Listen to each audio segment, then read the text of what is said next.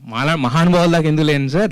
కాదు కాదు కాదు, ఇప్పుడు మీకు వచ్చిన ఆలోచన ఉంది కదా, ఆలోచనలోంచి కొంతమంది దానిలోంచి ఆలోచించాలని నిర్ణయిస్తారు. అయితే ఇంకొకటి, ఇప్పుడు ఇంతకు ముందు మీరు మూర్తి గారు అడిగినా వేరే వాళ్ళు అడిగినా కూడా ఇప్పుడు ఏంటంటే వైష్ణవ్ తేజ్ గారిని ఇంట్రడ్యూస్ చేస్తున్నప్పుడు బుచ్చిబాబు గారు, సాయిధరం తేజ్ కాదు వైష్ణవ్ తేజ్ గారిని ఇంట్రడ్యూస్ చేస్తున్నప్పుడు బుచ్చిబాబు గారు చిరంజీవి గారికి కథ చెప్పారు.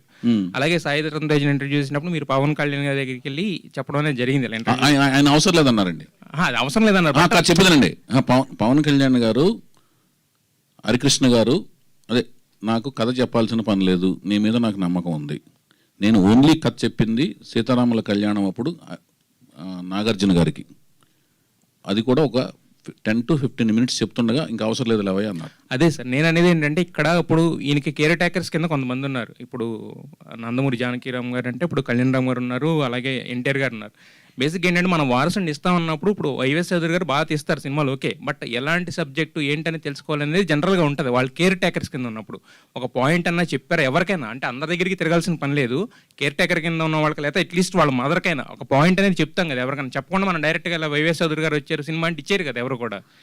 ఎవరు నేను ఎవరికి ఏమి చెప్పి ఇంతవరకు నేను ఆ ఫస్ట్ చెప్పిన సీతారాముల కళ్యాణం తర్వాత ఇంతవరకు ఎవరికి కథ పాయింట్ ఇదని చెప్పి నేను సినిమాలు చేయలేదండి. కథ మొత్తం చెప్తాను, అందరికీ చెప్తాను, అందరికీ చెప్పాను.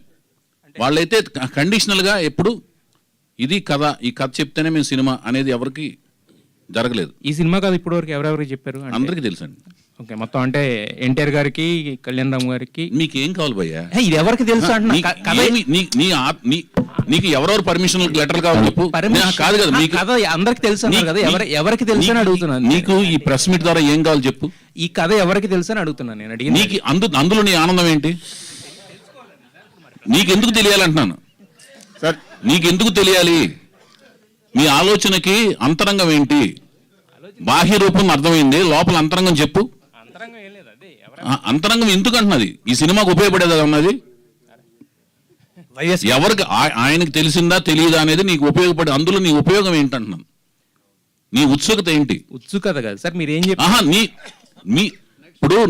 ఇప్పుడు కాదండి, సినిమా చేసే అతనికి తెలుసా తెలియదా అని అడగటం వరకు మీకు వాళ్ళు సినిమా చేసేవాడికి తెలుసు, మీకు అది అడగలేదు. వాళ్ళ కుటుంబంలో అందరికీ తెలుసా అని అడుగుతున్నారు.